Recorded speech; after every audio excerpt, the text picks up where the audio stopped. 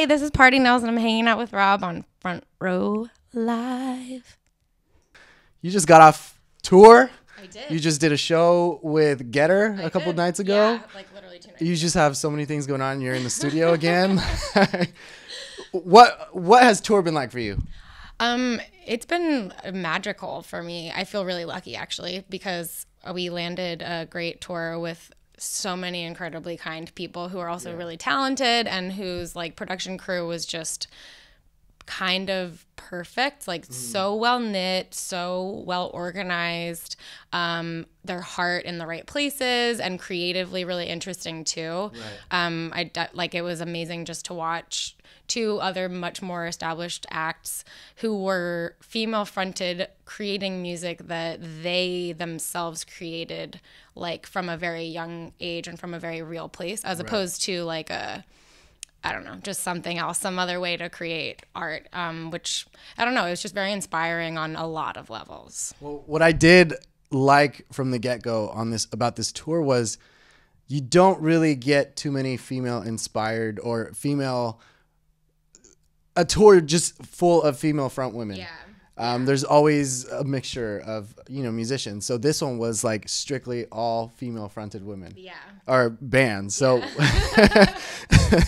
it was cool. I think it's something that should be happening a lot more with the touring world and the music industry.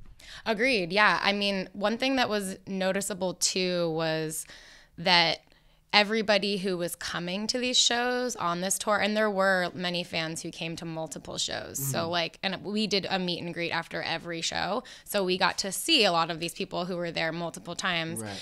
And even though everybody was like, female power and like, this is great and exciting, especially like when you start to blend fronting a band, writing with the band, producing with the band, producing your own content, like, Lights and Lynn of PVRIS produce so much of their own content. Yeah. And so suddenly it becomes more about the individual as a full, well-rounded, producer-oriented artist, as opposed to a singer in a band or an element of a band, which is great too. But I just think that it was, for me, a great, like, it underscored how far we are coming with women in music, which is really exciting to me. Like, it was like, this is a female tour, but it was also like, it's not, you know? It was just like, everybody was stoked to be there. So, yeah. Just a great night every night. Yeah. How many shows did you end up doing for this tour? We did 10. Okay. We did 10 shows in 14 days. And then Naz, who's over here, we drove back for 3 days, just the two of us. Yeah, it was great. It was super fun. So these artists have been touring around the world for a long time now. PVRIS had just gone off of like an arena tour with 30 Seconds to Mars. Yeah. Lights, she was focused fully on her new record and her new comic. So being able to spend so much time with these artists, what did you get out of that? Especially because they've been around for so long. How to work really hard and take care of yourself, how to create space around your, like, basically a little safety bubble, and sort of the consequences of what happens when you let down that bubble, which is sometimes necessary because sometimes you do have things happen in your personal life, or I don't know, any number of reasons that like you might not be your best self that day. Right. There's still ways to cope. There's still, it was just very, very cool to see how much work Lynn was doing on days off. It was very cool to see Lights had her daughter Rocket on tour, and on their off time, she was mothering and like hanging out with her daughter and like teaching her how to just exist in the world, which was really cool too. It wasn't like they were playing all the time because like they have a lot of stuff to do. Right. And I just thought it was really magical how everybody like balanced out their personal life with their art life with the like crazy demands of a touring schedule. Like they were both on buses like working every day. I don't think they actually had a day off for that whole month. Maybe like 1 or 2. There's a schedule from beginning to end of the night. Yeah, exactly. You don't like see the light of day. now, since we're talking about female power and females that have inspired you, what does the name Annie DiFranco mean to you? So a lot. When I was 12 for my birthday, my dad took me to see her at a folk festival right outside of my hometown, which I grew up in like a really small town. So the idea that somebody like on a record that I knew about was going to be remotely close was really exciting. And I was 12, so like I was still like little.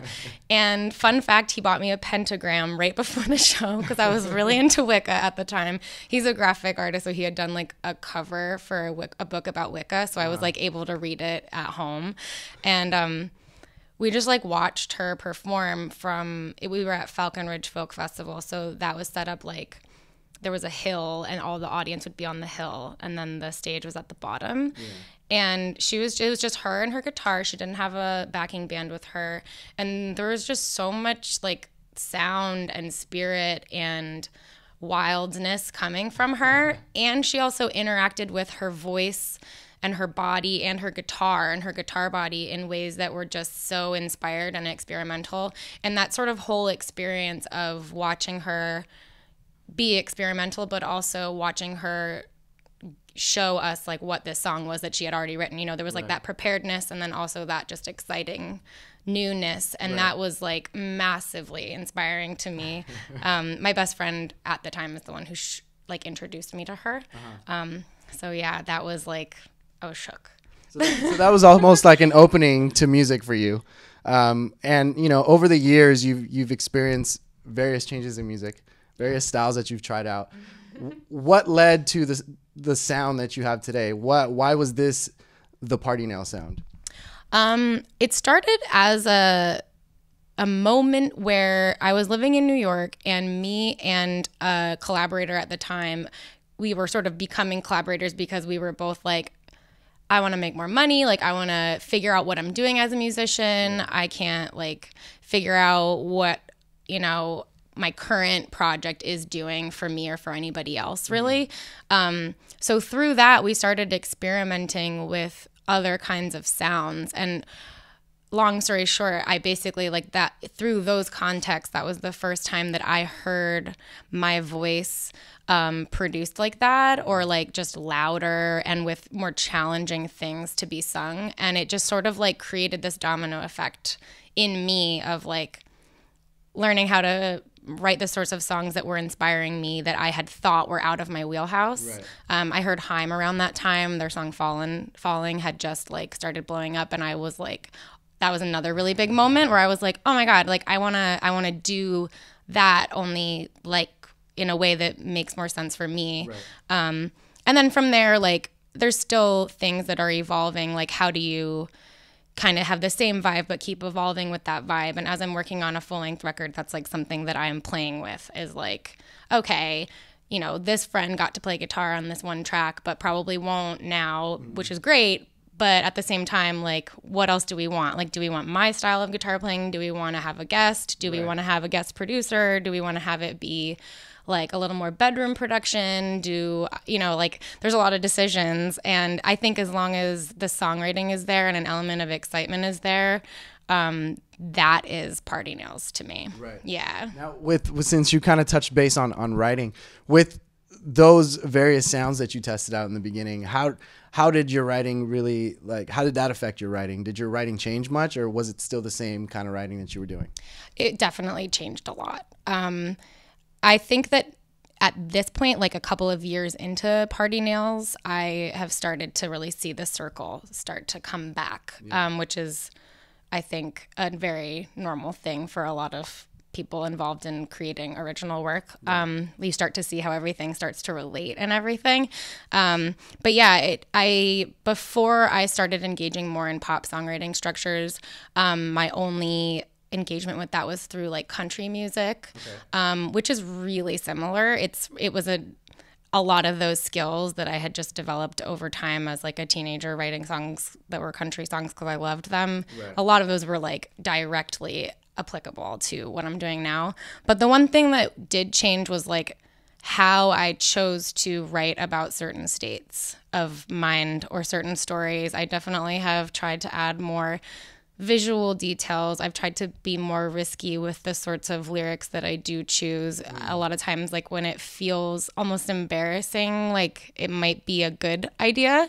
Whereas in the past, I think that my approach was more like, if there's an element of like sadness and lonesomeness, like you can always hide behind that sort of blue veil thing. And like, that's still cool. I definitely appreciate a lot of music that's like that. I certainly want to start incorporating that a little bit, but I definitely want also to maintain this like level of fun and excitement. And, you know, I want it to feel like this was created to have an experience too. And there's a lot of sides of those experiences. It's not just like a cry record, you know? And that's the funny part, because your upcoming single, So Broke, for example, like you listen to the lyrics and it's not a happy song, but you hear the song and it's just because of the way that you produced it, the way that you created it, it's such a happy song. Thanks. So how are you able to create that? Because I feel like that's just, it doesn't make sense, you know? Like, I feel like it's sort of an oxymoron that is like, the one song that I always come back to, and you've probably heard other people talk about this too, is Robin's Dancing on My Own. That song, and she has said this herself, it is an extremely sad song, but you know, the version that most of us know is super happy and up there. And I think that there's something really powerful about that like happy, sad, bittersweet nostalgia feeling that it sort of takes a story that we can all relate to and it puts it in this context of, it's almost like the sadness of moving on from like adolescence to adulthood or something. Like we can all relate, even preemptively, even if you're younger. You know, youth is fleeting. And like this idea of being nostalgic, I think takes an already relatable story and makes it even more like powerful in a way. And I think that I'm just sort of like that. Like my grandma's like that, my dad's like that. All of our stories and everything are always a little bit too nostalgic. We're always like stuck in the past. So I just try to harness that energy and like, you know, there's a lot of bad songs too, but I chose like the ones that people see or hear are the good ones. But you definitely make mistakes when you try to put it all together. So tell me a little more about So Broke. It drops December 8th. Yes. So tell me about this track and why is this one of the tracks that I'm assuming this is from the upcoming album that you're working on. So why did you want to release this track? It seemed like a good next step. I haven't put anything out besides the Getter feature since I put out an EP, which was February 2017.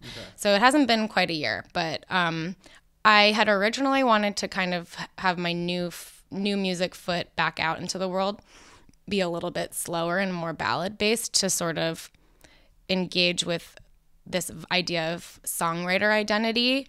Because, you know, I'm still sort of introducing myself to the world. So I just want to like have fun with that and be pretty thorough about it. But then once we figured out like the Getter release date and I started writing So Broke, it just kind of all seemed to like lead to that. And I like the idea of it being a collaboration with somebody that I really love. Like I love Rosh and Riley, Josh and Riley. They're really good friends. That's their new nickname.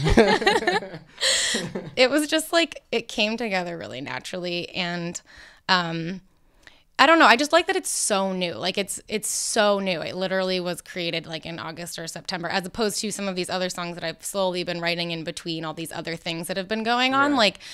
Sent me the track, wrote the track, mixed it, it is ready. So like we're just finishing up a video and it's ready. So if for some reason I've been wrong about it this whole time, I'm going to have to live with it because we decided to put it out so quickly. Well, you never know. And Battle Tapes is another, you know, LA native. They're LA natives. So how did you meet them in the first place? How did you guys start collaborating?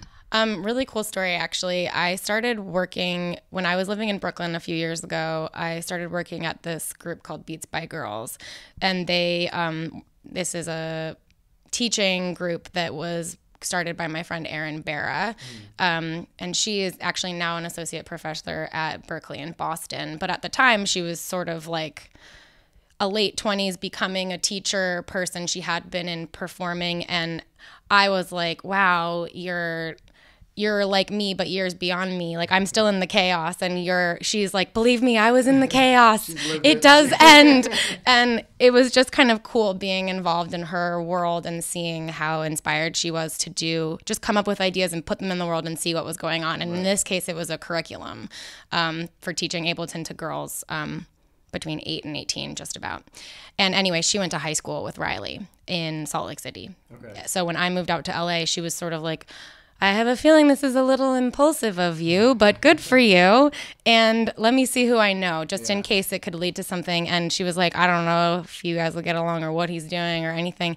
So I ended up meeting with Riley and then Josh, and they played me like their whole record that they were working on at the time. It was Polygon. And one thing led to another, and now they're like we're bros. It's really nice. That's and awesome. We never would have guessed. And even Aaron now is like, I'm so glad you guys like really got along. Like, wow. That's so awesome. Yeah. That's a scary move from New York to LA, not knowing what's going to happen. What were those first couple months like for you? Because everyone here is a musician, or everyone here is an artist or something. So, competition is tough. Yeah. I made the move because I was noticing that in New York, there wasn't a lot of that. In New York, there's almost like a shame of wanting to be successful as an artist. Yeah. There's a big like underground community. So if you want to be, somebody who's working with supportive grants or art collectives or things like that, which are usually more geared toward visual or installation-based art, then you have a lot of support. But if you want, for me, it was like I'm getting more and more in pop music as opposed to rock music, which there's still a big scene there for rock. I was just starting to realize like, wow, the sort of like vibe and the sort of people and the sort of just stuff I need going on isn't happening here. Just being able to say like, I need a lot of people to come to my show and not feel like judged was starting to be noticeable. So I did that, and all of those things were true. So that sort of negated the element of competition for me, because I was like, this is where I need to be. It's not competition. It's just sort of like nice to be around comrades who are all trying to make it work. Like I worked in a lot of restaurants, and everybody was hustling just as hard or harder than me. And I met some of my most dear friends as a result of those relationships. And the first couple of months before, like I made friends that I loved were really, really rough. It was definitely a lot of thinking about like, what have I done? Not with just the move, but just like in my life. Like, what have I done? Like there was lots of breakdowns. Dude, so many breakdowns. And like, I basically called if it wasn't my mom, like suddenly my mom and I were on the phone all the time, which we'd never been. And then also one of my best friends from college who worked at a bar, I would just call him crying like all the time. And he was always awake for some reason. And I was like, it's 3 hours later where you are and you're always picking up the phone and I'm crying. And like, I'm really grateful, but what are you doing? Like, why are you awake right now? So that was really helpful. And at some point those calls like just kind of winded down and now it's like, I'm happier than I've ever been, which is really nice, but it definitely came at like there was a lot of trust and a lot of like growth that needed to happen in order for me to get there. And there was a lot of like, sorry for being such a crazy person while I was in New York and like drunk and writing songs all the time. Like, sorry for how many shows you came to, a lot of things like that. And but now it feels like like I said, it feels like that cycle of like, exactly. Yeah. Well, like we said, So Broke drops December 8th. December 8th. Album in the works. What else is next for you? The year's pretty much done next week. Yeah. Like, that's what it feels like. I know. I mean, I'm not sad about it just because I think that this year was kind of wacky for like all of us, obviously. Yeah. And also on a personal level, I feel like content about what is in the world for me. In the new year, I have a big show at the W Hotel in February, and basically I'm just going to start announcing little things along the way before the full announced date of the album. Nice. And we're also planning some tour stuff probably for the spring. Okay. So there's nothing like super set in stone, but it should be like a really fun year. So, awesome. yeah. Now, for those that haven't heard your music yet, what makes you so different from any other new LA artists today? I would say the stories and the raw telling of the stories. Like, I'm not a performer like, hello, blah, blah, blah. It's more like I really, really like to just kind of re-enter the space of that story. Even if when I wrote the song, it wasn't necessarily my story. It was something I was writing because I was inspired by somebody else's experience or something like that. I just like... That's what I do. Like, I'm not acting, I'm doing, you know? And I'm a terrible actor. Like, tried it and it didn't work. So that's my thing that I can give is like getting up on stage and just being completely open to going to this other place again and having somebody learn about it by watching that experience, which feels crazy to do. And my feedback has been that it's very powerful to get to witness that.